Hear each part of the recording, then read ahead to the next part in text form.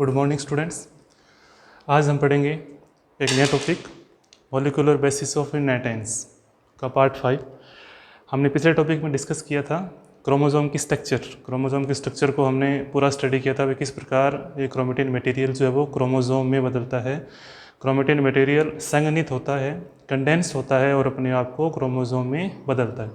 आज हम पढ़ेंगे कि क्रोमोसोम अपने डीएनए को किस प्रकार पैक करता है या पैकेजिंग ऑफ डीएनए, जो एनसीईआरटी के अंदर इम्पॉर्टेंट टॉपिक है, आपके एनसीईआरटी में बहुत डिटेल में दे रखा है। हम उसको समझेंगे कि किस प्रकार डीएनए की पैकेजिंग होती है। हमने कल स्टडी किया था कि जो क्रोमेटिन मटेरियल है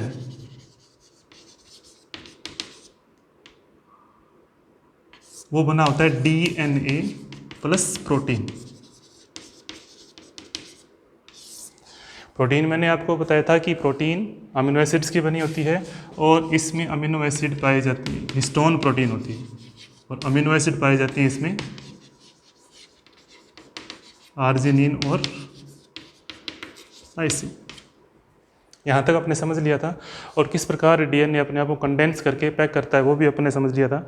आज हम समझेंगे किस प्रकार से ये आर्जिनिन और लाइसिन हिस्टोन जो होते हैं वो किस टाइप के बने होते हैं। तो आपको यहाँ डायग्राम बना हुआ है, इस डायग्राम के अंदर कुल हिस्टोन जो होती है वो 5 टाइप की हिस्टोन प्रोटीन होती है। कौन कौन सी? H1, H2A और H2B, H3 और H4। ये 5 प्रकार की हिस्टोन प्रोटीन होती है जो डीएनए के साथ पाई जाती है और डीएनए की पैकेजिंग करने के काम में आती है। यहाँ पर जो H1, H2B, H3, H4 इनके प्रत्येक के 2 मॉलिक्यूल होते हैं। इसका मतलब इसके 8 मॉलिक्यूल काम में आते हैं और ये बन जाता है एक तरह का ऑक्टामर। क्या बनता है? एक तरह का ऑक्टामर बनता है ये। मतलब कि ये हिस्टोन प्रोटीन H1 है वो हमेशा उससे अलग रहता है, मतलब कि H1 का एक ही मॉलिक्यूल काम में आता है, जबकि ये मॉलिक्यूल कंबाइंड रहते हैं और अपने आप के प्रत्येक के 2-2 मॉलिक्यूल जो होते हैं वो डीएनए की पैकेजिंग में अपने आप को पार्टिसिपेट करते हैं।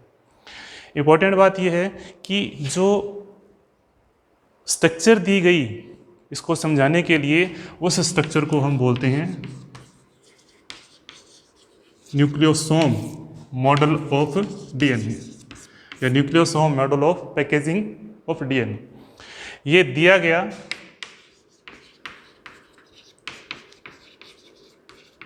रोजेन कोरेनबर्ग साइंटिस्ट ने 1974 में। बहुत इंपॉर्टेंट क्वेश्चन है, ये पूछा जाता है बहुत बार, किसके द्वारा दिया गया और पैकेजिंग ऑफ डीएनए का मॉडल है वो क्या दिया गया, उसे हम बोलते हैं न्यूक्लियोसोम मॉडल।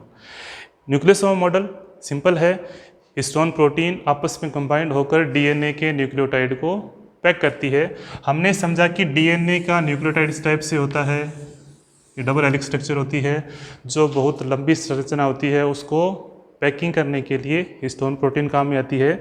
अब ये करते कैसे हैं, ये डायग्राम आपको दिखाई दे रहा है। इस डायग्राम के अंदर H2A, H3, H4, H4, H4, मतलब 2 मॉलिक्यूल H3 के हो गए, 2 मॉलिक्यूल H2A के हो गए, 2 मॉलिक्यूल H2B के हो गए और 2 मॉलिक्यूल H4 के हो गए। ये 8 मॉलिक्यूल जो होते हैं एक दूसरे को कंबाइंड करते हैं। अब सोचने वाली बात यह है कि ये अपने आप को डीएनए न्यूक्लियोटाइड के साथ जोड़ते कैसे, मतलब कि कैसे जुड़ते हैं। यहाँ पर सिंपल सा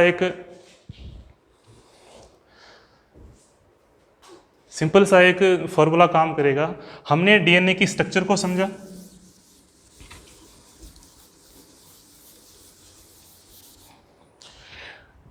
डीएनए में पाया जाता है फॉस्फोरिक एसिड और हिस्टोन प्रोटीन में पाया जाता है, ये है प्रोटीन जिसमें आर्जिनिन और लाइसिन होते हैं। फास्फोरिक एसिड के ऊपर हमेशा क्या होता है? नेगेटिव चार्ज होता है, क्योंकि एसिड है तो नेगेटिव चार्ज होगा। ये प्रोटीन है, हिस्टोन है, इसके ऊपर होता है पॉजिटिव चार्ज। अब यहाँ पर ये क्या करते हैं, एक दूसरे को अट्रैक्ट करते हैं और एक दूसरे के साथ जुड़कर इस डीएनए की पैकेजिंग को पूरा करते हैं। इसका मतलब नेगेटिव और पॉजिटिव, ये बहुत बार पूछा गया है। डीएनए पे चार्ज जो है वो न्यूक्लियोटाइड के ऊपर नेगेटिव चार्ज होता है, जबकि हिस्टोन प्रोटीन के ऊपर पॉजिटिव चार्ज होता है। तो इंपॉर्टेंट क्वेश्चन है, इसको लर्न कर लो, याद कर लो। फास्फोरिक एसिड का नेगेटिव चार्ज पॉजिटिव, आपस में इनका अट्रैक्शन होगा और आपस में जुड़कर एक दूसरे के साथ क्या बना लेंगे, डीएनए की पैकेजिंग कर देंगे। ये जो स्ट्रक्चर आपको दिखाई दे रही है, ये न्यूक्लियोसोम मॉडल है। एक न्यूक्लियोसोम मॉडल जो है वो लगभग 200 बेस पेयर के न्यूक्लियोटाइड को एक दूसरे अपने साथ लपेट लेता है, मतलब कि इसको अपने चारों ओर लपेट लेता है। 200 बेस पेयर से ऊपर के न्यूक्लियोटाइड को ये नहीं लपेट पाएगा, मतलब कि एक ऑक्टामर और H1, इसको बोलते हैं लिंकर, ये सारे के सारे मिलकर क्या करते हैं, इसको 200 बेस पेयर हम समझ चुके हैं। डीएनए न्यूक्लियोटाइड के अंदर जो पेयरिंग पाई जाती है नाइट्रोजन बेस की, मतलब कि 200 बेस पेयर्स की लंबाई तक के न्यूक्लियोटाइड को ये अपने चारों ओर लपेट सकते हैं, एक ऑक्टामर। इसके बाद उसको फिर एक दूसरा न्यूक्लियोटाइड की आवश्यकता होगी। इसका मतलब दूसरे न्यूक्लियोसोम की आवश्यकता होगी। तो न्यूक्लियोटाइड की जैसे लंबाई में बढ़ता चला जाएगा, नए हिस्टोन प्रोटीन अपने मॉलिक्यूल्स को लाते चले जाएंगे और उसके चारों ओर न्यूक्लियोटाइड की चेन है वो अपने चारों ओर लपेटती चली जाएगी। इसका मतलब एक न्यूक्लियोसोम जो है वो लगभग 200 बेस पेयर को ही अपने चारों ओर लपेट सकता है। उसके बाद एक लंबी चेन बन जाएगी जो हमें क्रोमोसोम के अंदर या जो क्रोमोनिमा हमने कल डायग्राम समझा था उसके अंदर इस टाइप की स्ट्रक्चर आपको दिखाई देगी। इस तरह से स्ट्रक्चर इसके चारों ओर लपेटती चली जाएगी। और न्यूक्लियोसोम मॉडल रोजेनबर्ग ने दिया, 1974 में दिया, इंपॉर्टेंट है।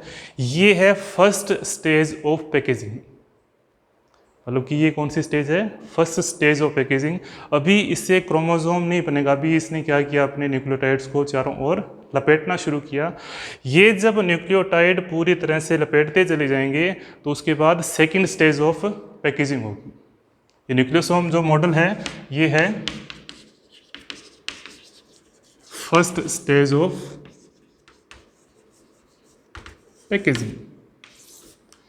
ये न्यूक्लिक एसिड का या आप ये करें डीएनए का, ये फर्स्ट स्टेज ऑफ पैकेजिंग है।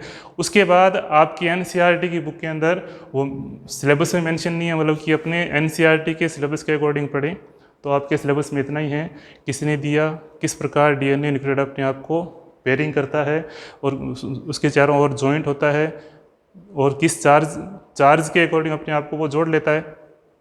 उसके बाद ये न्यूक्लियोटाइड जब पूरे हो जाते हैं तो फिर दूसरा न्यूक्लियोटाइड के लिए फिर दोबारा हिस्टोन प्रोटीन आती है। इन दोनों को आपस में जोड़ने वाले कुछ न्यूक्लियोटाइड कहलाते हैं लिंकर डीएनए। इसमें न्यूक्लियोटाइड्स की चेन होती है जो एक न्यूक्लियोसोम को दूसरे न्यूक्लियोसोम के साथ जोड़ती है। अब यहाँ पर इसकी एक न्यूक्लियोसोम की जो विड्थ है वो 5.5 nm होती है। एक न्यूक्लियोसोम की विड्थ 5.5 nm होगी, जबकि इसकी ऊंचाई होगी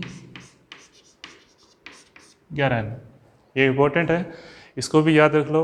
जब आप एनसीईआरटी के अंदर, सीबीएसई जब एग्जामिनेशन के अंदर क्वेश्चन देती है, यदि आप पूरी तरह से इस वेल लेवल डायग्राम को बना देते हो तो आपको फुल मार्क्स मिलते हैं। तो ये इंपॉर्टेंट है, इसको क्लियर कर लो। उसके बाद हम नेक्स्ट टॉपिक के अंदर पढ़ेंगे न्यूक्लियोसोम मॉडल की सेकंड और थर्ड स्टेज की पैकेजिंग कैसे होती है, उन्हें हम क्या बोलते हैं। तो वो आपके सिलेबस में नहीं है, लेकिन थोड़ा सा नॉलेज के लिए मैं थोड़ा सा बता देता हूँ आपको कि वो पैकेजिंग क्या होती है। सेकंड स्टेज ऑफ पैकेजिंग में क्या होता है,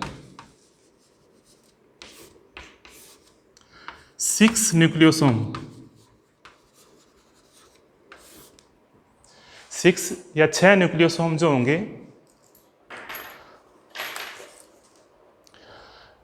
6 न्यूक्लियोसोम जो होंगे वो आपस में एक दूसरे के साथ जुड़ जाएंगे।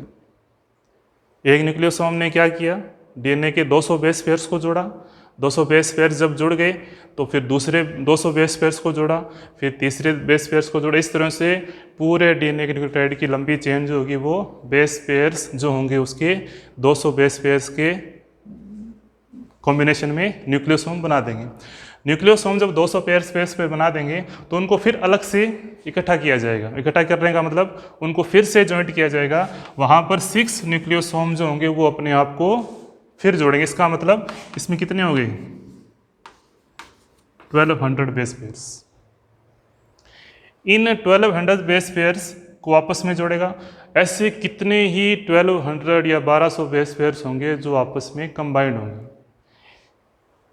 एक 6 न्यूक्लियोसोम के ग्रुप को हम बोलते हैं सोलेनॉइड मॉडल। इसको हम क्या बोलते हैं? Solenoid model. मतलब कि ये सेकंड स्टेज ऑफ पैकेजिंग है। ये सेकंड स्टेज ऑफ पैकेजिंग है, इसको हम बोलते हैं सोलेनॉइड मॉडल। उसके बाद ये सभी सोलेनॉइड मॉडल जो होते हैं वो अपने आप को थर्ड स्टेज ऑफ पैकेजिंग में जाते हैं। कौन सी स्टेज में जाएंगे?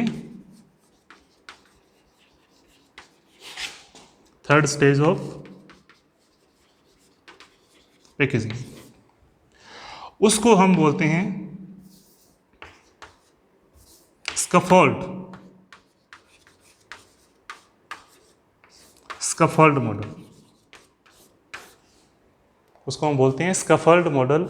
मतलब कि ये जो डीएनए की पैकेजिंग है एनसीईआरटी की बुक में केवल फर्स्ट स्टेज ऑफ पैकेजिंग दे रखी है, जो अपने को इतना ही पढ़ना है। लेकिन नॉलेज के लिए थोड़ा सा आगे कॉम्पिटिशन एग्जाम में कई बार क्वेश्चन पूछे जाते हैं कि ये पैकेजिंग के स्टेप कौन कौन से हैं। तो पहला स्टेप जो है वो न्यूक्लियोसोम मॉडल का है, जो रोजन कोरेनबर्ग ने दिया, जिसके अंदर 200 बेस पेयर्स एक न्यूक्लियोसोम के अंदर पेयरिंग होती है। सेकंड स्टेज ऑफ पेयरिंग में क्या होगा? जब 6 इस तरह के 6 न्यूक्लियोसोम जब मिल जाएंगे तो वो क्या बना देंगे? Solenoid model.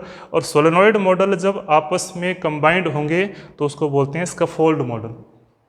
तो इस तरह से एक डीएनए अपने आप को पैक करता है और पूरी स्ट्रक्चर को वो एक साथ ज्वाइंट कर लेता है, जो हमें सेल डिवीज़न के अंदर क्रोमोसोम की स्ट्रक्चर के रूप में दिखाई देती है। तो ये यदि आपको टॉपिक समझ में आया है तो लाइक करें, शेयर करें। यदि कोई प्रॉब्लम हो तो आप कमेंट बॉक्स में अपने व्यू दे सकते हैं। धन्यवाद।